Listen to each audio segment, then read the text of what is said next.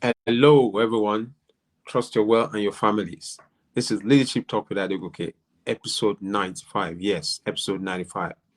Today, we're going to be looking at leadership and Japa. Leadership and Japa. What is Japa? Japa is actually a Nigerian terminology, a Nigerian word, particularly from the Yoruba tribe, which means to flee from, to run away from. Yes, Japa. Japa syndrome. It's actually a movement, and it's been going on for almost 2 years now. And basically, it's a situation where the youth, they're looking for greener pastures, better opportunities globally. And it's led to quite a number of young Nigerians traveling abroad to countries like the US, the UK, most especially for greener pastures, Australia, and basically looking for greener pastures, as I said. But this Japa is not something new. It's something that has been on for many years. Even in the early 60s, you found that quite a number of Nigerians, they traveled abroad, the first generation of Nigerians to study, and they got scholarships and so on and so forth. And they were able to return back to base. So Japa now in 2021-22, which has been quite a large number of young men and women looking for greener pastures. Like I said, it's not a new thing, but it's also important for leaders to realize that even now it's also affecting human resource. As leaders, what can you do to cope with the situation where most of your staff are traveling abroad and handing in their resignation letters? There isn't really much you can do because you can only try and adapt because it's a trend, and the youth are looking for opportunities, they're looking for exposure, they're looking for the right environment, so that they can improve their skills. They can also improve in terms of their net worth, but it must be done properly because it's not every Japa that is appropriate. Um, the grass is always greener on the other side, but it's always good to get some perspective that would help to give clarity to whatever we're doing, even as followers, as leaders. And I just want to throw in just a few things just to help those that might have jackpot or those that might be in the process, because it's always good to have some counsel. Now, when you look at Japa, to run from, to flee from, what are we fleeing from? We're fleeing from maybe a situation where you want to make sure that you have a better life. But having said that, there are certain things that you must consider. Anyone that wants to the Japa, situation, if you want to flee from, there are certain things that you need to consider. First of all, is it appropriate for you to flee, or to run away from? Because it's not everything that always seems right that is right. I'm a person of faith. I remember in the scripture, God said to Isaac, he said, don't go down to Egypt. There's always an appropriate time. But are you led, or you're just following the trend?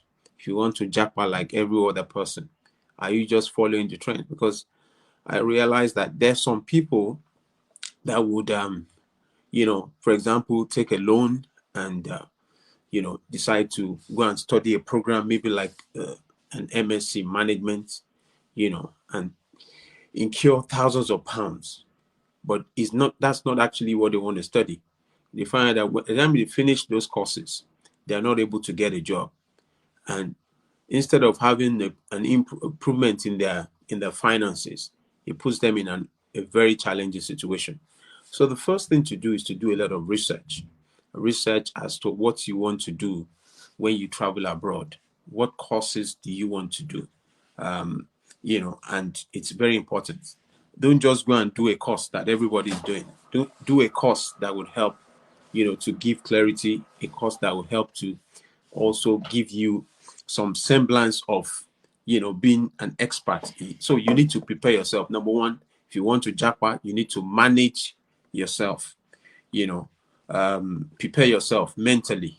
Will you be able to survive in that environment? Do you have a better job that you have right now? Some people just give up a better job and travel abroad, not knowing that, where they're running to. The options are sometimes it could be very narrow. And so if you're a manager in, for example, in a multinational, and you sell everything that you have and decide to Japa, it might be a bit challenging, to survive in that environment. So it's not every Japa that is appropriate. Manage yourself, get the right information, get into spaces where you can, it's always good to ask questions. It's always good to ask questions. There's a saying that if you ask questions, you will never miss the way. There's some people, when they travel abroad, they grad abroad, the first thing that shocks them is culture. Culture, when you speak English language and, obviously there's an accent that you have. Okay, so when you enter such environments and people begin to say, sorry, we can't hear what you're saying, then also another thing that also happens is the weather. The weather can be very hostile, particularly if it was a first timer, for somebody that is traveling for the first time, So, and all these things is important to ask questions. How can I cope in the weather? Then another thing that also happens is, what are you going to be doing in terms of earning? For example, if you're going to school, you're allowed to work for 20 hours a week. How are you going to pay your bills? You need to plan forward. So when it comes to Japa, it's not something that one should just do haphazardly. You need to count your cost. Even the Bible says a man that wants to build a house should count the cost. So it's very important. I said manage yourself, number one. Number two, acquire skills. There's no skill that's a waste, particularly in the IT space. You find that there are some people who want to study in the UK and or whether it's in the US, and they go there and they don't have IT skills. They're not savvy, IT wise. And so you find yourself in a situation where when you get there, you need basic IT skills. It's not like an environment where you say, okay, I'm not savvy on the computer. Whatever skills you can learn, it could be data analytics, it could be there's some high in demand jobs. Even if you type it on Google right now, those jobs, so you have a strategy as to when you're traveling to put yourself in such an environment where there's in demand jobs. Those can be done on the internet. What jobs are the jobs that you can easily fit in? Anyone can study an MBA. There's no point in spending so much money in acquiring a degree, and after that you spend maybe $20,000, and after finishing you're not able to get a job. It can be quite depressing. So there's some courses that if you even spend less, and even before you finish you get a job, which helps to give some clarity. So that's very important. So I said, number one, manage yourself. Number two, acquire skills. Very important. Acquire skills. Then number three, build strong relationships even back home. One of the things that happens when you travel abroad is that there comes that point where you are lonely. It's not a place where you just enter people's houses and you knock on the door and and just come in and say, oh, I'm hungry, and the door will be open to you. It can be very lonely being abroad. And so one of the the ways that you can overcome that is to also make sure when you're traveling or when you're japaing, as the case may be, still maintain contacts either in your place of previous employment and also with your community, maybe your friends, with your network, with your alumni. Don't just say, okay, because you've traveled abroad, you want to abandon your friends, you want to abandon your networks. It doesn't work like that, because you would eventually need them. You're in a foreign place where it's not everyone that is able to accommodate you immediately. And so you might have situations where you feel lonely. And so it's important to circle back to the community that you have. Just make yourself open. Don't close yourself up, and don't say, oh, I don't want to, relate with my friends or my church family back home. Then one of the things that also happens is that if you are somebody that maybe a spiritually inclined person, sometimes, because everywhere might be far apart, to travel and to take transport to church might be a challenge. And even being online, online sometimes it could be good, but sometimes also there's also the negative side, because we're social animals, and we want to relate with people. So as I said, number one, manage yourself. Number two, acquire skills. Number three, build relationships. Then number four, set your goals. How long do you want to be abroad? How long do you want to japa for? Sometimes you just have these plans and think that you're going to be there forever. But you see, the truth of the matter is that, when you get there, after a while, the euphoria of living abroad, of staying abroad, because most of these countries, they were developed by their citizens, whether it's Canada, whether it's the US, whether it's Australia, they were developed by their citizens. And so the truth of the matter is that you can never become a first class citizen, in most of these countries. So you must have a long term view of returning back to your country. Yeah. Because whether you're there for 10 or 15 years, as the case may be, there's nowhere like home. So begin to make those plans even before you leave your place of abode. So it's good to have that kind of perspective. Are you japaing because you just need the money? Because the money will come eventually, but the fulfillment comes in because there's opportunities will come, but there's something called a glass ceiling. You might get to a stage in your career that you are not able to go beyond that. So what happens? What happens? So you must have a mindset to return back home, eventually. So whether it's 5 years, whether it's 10 years, don't just japa for the fun of it and say, no, I'm not coming back to my country. You find situations that some young men, women, when they go abroad, and find themselves in a better environment, they begin to speak negative things about the place where they left. No, be an ambassador, be somebody of value, speak positively about your country. No matter what happens, there's opportunities that would always emerge, as being an ambassador. But if you're a negative person, eventually it's not going to work out that way, because usually what happens is, whether you're in the UK, you're in America, people will ask you, they will want to, when you're filling a form, they say, is it Nigerian, British, Nigerian, or African American? You always have to. So they identify you by where you come from. So you can't deny your roots. So it's very important for you to set goals. How long do you want to be abroad for? Is it 3 years? Is it 4 years? Is it 5 years? And very important. Then finally, when you want to japa, the japa is to flee from, but it's not to flee permanently. You must also have a mentor, have an accountability partner. One of the things that helped me when I got to the UK, I mean, mine was probably decades ago. One of the things that helped me was that I immediately got into the right environment. I got accountability partners, somebody that I could look up to, somebody that was already doing that which I wanted to achieve. So probably I was trying to do a master's. I got somebody that I could speak to, that could encourage me, that was excited, because sometimes the community or the friends that you keep could also become a deterrent. You can enter spaces and all of a sudden you lose the momentum. It's not about starting the school, because mind you, even while you japad, you start your masters, there's no guarantee that you finish. So you must get into the right places, the right environments, and watch the company that you keep, because so that you don't keep the bad, in terms, you don't get the bad advice and the wrong counsel.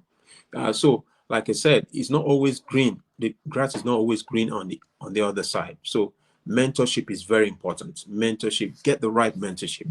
Get leaders, either the people back home that you still communicate with, because whether you like it or not, you know, um, the opportunities are there, but you must be able to leverage on those opportunities.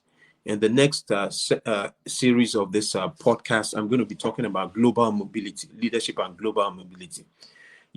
That you can get to a stage in your career that you can become globally mobile. You don't have to be a resident in the UK or the US before you have relevance. You can be speaking from anywhere. You can even be in Nigeria, and this is the gig economy. You can be earning you know foreign currency from wherever you are. So it's not about staying in one place, but you've been having the relevant skills that can, touch lives, that can influence lives, that can impact lives.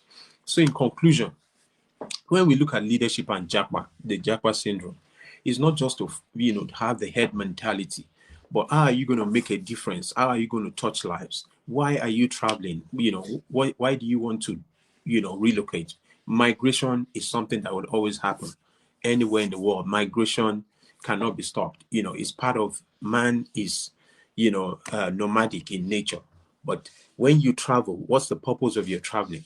Then number two, the skills. What skills are you going to acquire, or use to improve yourself there? And it's important to know that, if you don't have the right mindset, the right attitude, if you jump to another country, the same wrong attitude that you have would also come up. So you must have the right attitude, right work ethic. You must be somebody that, has the right values. Then number three, which I mentioned, is build relationships. Be somebody that will build relationships. Be even back home. Don't burn bridges. Continue to build relationships so that eventually you might need those relationships. So, and number four, set goals. Set goals. Have a medium plan, short-term plan. So don't just go there and say, "Oh, I just want to Japa. I want to be there, and that is it." No. At the end of the day, time. Before you know it, 5 years is gone. So you must be able to account for that time. So if you fail to plan, you plan to fail. Then number five, you must have a mentor. Get into the right communities, whether it's alumni, whether it's the right people to speak into your life. So I would like to say, finally, for me, Japa is not a bad thing.